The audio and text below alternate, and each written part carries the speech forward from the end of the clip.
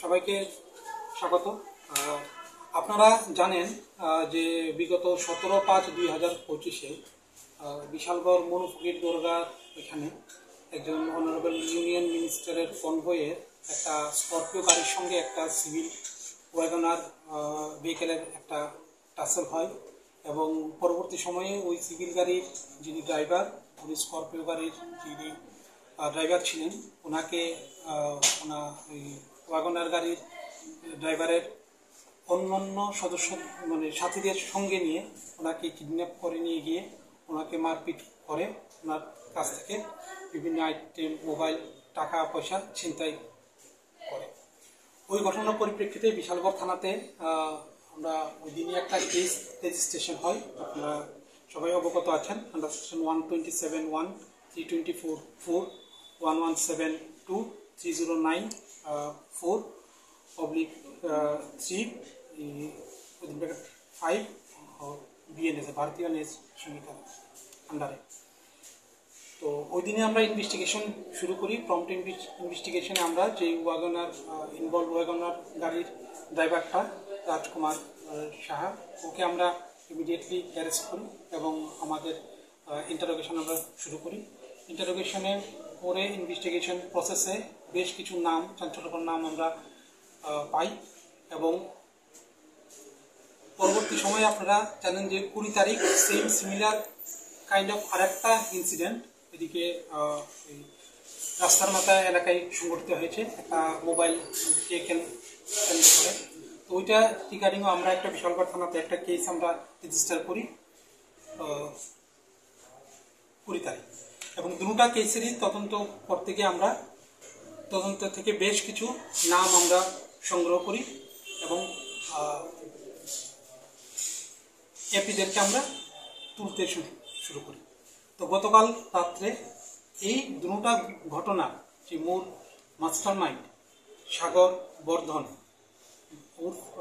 সমরদীপ বর্ধন, ওকে আমরা জালে তুলতে পেরেছি। ওর সাথে সাথে কালকে রাত্রে আমরা ওর আরও যারা অ্যাসোসিয়েট আছে এরকম 4 জনকে আমরা, যারা আপনারা দেখতে পেয়েছেন, টোটাল 4 জনকে আমরা অ্যারেস্ট করেছি এবং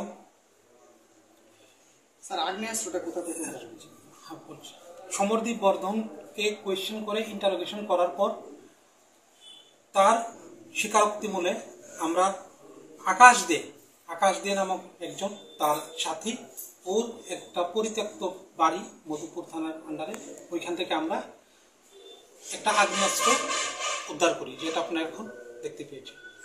স্যার মধুপুর নোয়াবাড়ি মধুপুর এখন তদন্ত করছি। ডিউরিং ইনভেস্টিগেশন এটা স্পষ্ট হয়েছে যে এই দুটো ঘটনার মধ্যে এই যে আমরা এতদিন পর্যন্ত 17 তারিখ থেকে আজকে পর্যন্ত যে 6 জনকে আমরা অ্যারেস্ট করেছি, এটা একটা টোটালি একটা গ্রুপ, তারা অর্গানাইজড ওয়েতে বিশালগড়ের বিভিন্ন এলাকায় তারা বেশ কিছুদিন ধরে এই যখন ঘটনাগুলি করে যাচ্ছে। এখন আমাদের কাছে কংক্রিট এভিডেন্স আছে, আমরা তদন্ত শুরু করেছি এবং ওদেরকে অ্যারেস্ট করেছি। টোটাল 6 জনকে আমরা অ্যারেস্ট করেছি।